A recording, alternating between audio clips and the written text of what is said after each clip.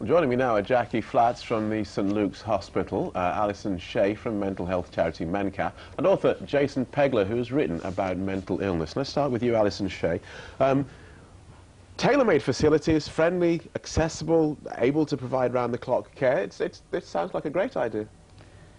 Except that what we believe at MENCAP is that people shouldn't be shut away. That, you know, we've come a long way from times when people had to be isolated from the community, and we feel that people with a learning disability, that's who we support in MENCAP, are part of society, a part of our community, and they should be able to live within that community and not be ghettoised. So is this regardless of their ability to cope, just as a blanket rule?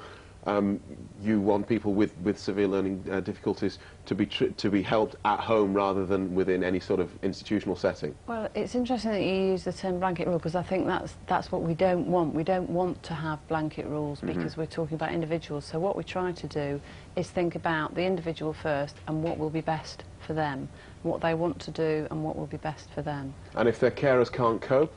Well, that's where MENCAP comes in, and we are able to provide a lot of support, and we can provide 24-hour support. We can provide 2-to-1, 3-to-1 support, depending on what the individual needs. But we think that the smaller the group of people you're living with, the better it is, really. Right. OK, well, Jackie Flats, as I say, you're from St Luke's. Now, obviously, you're all for these new asylums. I think that probably even just the word asylum tends to have quite a pejorative feel to it. What benefits do you feel that these have, rather than helping people at home? I think St Luke's Hospital Group really would echo what Alison has said. We work very closely with MENCAP. Care in the community has actually provided very, very good care for a large number of people who now live in the community. However, at St Luke's Hospital Group, we know that there are some people who would be better cared for in modern 21st century asylums, and hence the launch of our book this week, which in actual fact we hope will open the debate for us to really start to consider what we've provided for in the past and what we can provide for in the future. The Royal College of Psychiatrists, for example, quotes that for every 100,000 head of population, there are 100 severely handicapped children, of which 20% will need long-stay secure care. And I think Charlotte Moore's piece that we've just seen demonstrates that quite carefully. She's a mum that, in actual fact, needs to think very carefully about where care will come for her two sons in the future. I suppose critics would say, well, yeah, you would say that because you're sat there making money out of this. In actual fact, St Luke's Hospital Group, there's always going to be people that perhaps think that. The NHS, in actual fact, purchases that come to us have to exhaust the NHS fully before they can place a person with us.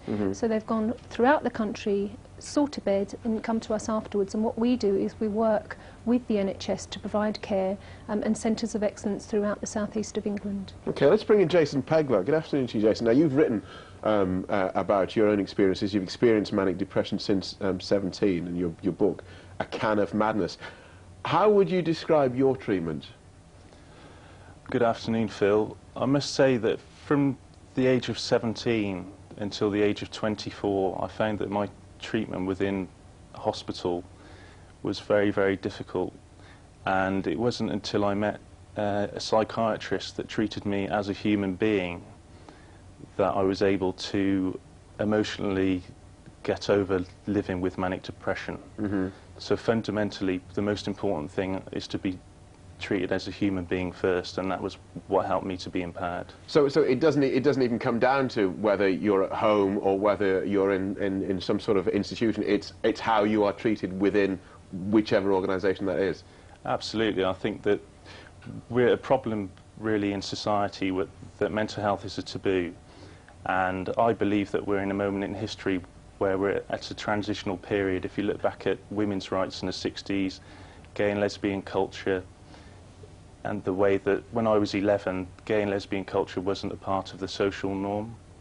By the time I was 18 or 19, it had changed, and you see the same with the black community in England. We're at a time where we need change, and we really need change for people with mental health problems. So what's the, if I can come back to you, Alison, where does the government stand on this? Because as we were saying in the film, they closed down lots of the institutions. What is the present government thinking? The government introduced a fantastic piece of legislation a couple of years ago called Valuing People, and it talks about independence for people with a learning disability and choice and inclusion and great things. The problem that we're experiencing at the moment is that there isn't always the funding to back that up. Right. We would like to be able to see all people with a learning disability across the country getting the support that they need. So are they looking to provide a sort of mixed economy in this way, care at home, within the community and within institutions? I think so, yes, but the problem is for us that there doesn't seem to be enough money for them to purchase that care. Again, they want to start with the individual, so they want to start with the person with a learning disability or whatever, and decide what care they need. Right. But then it seems to fall down because there isn't enough money to go around for everybody. Well, and also that learning disability doesn't seem to get the priority that other specialist areas get. Okay. All right, well, we'll leave it there, but as I say, you all seem to be agreed that it starts with the individual and we work out from there. Thank you for joining us. Time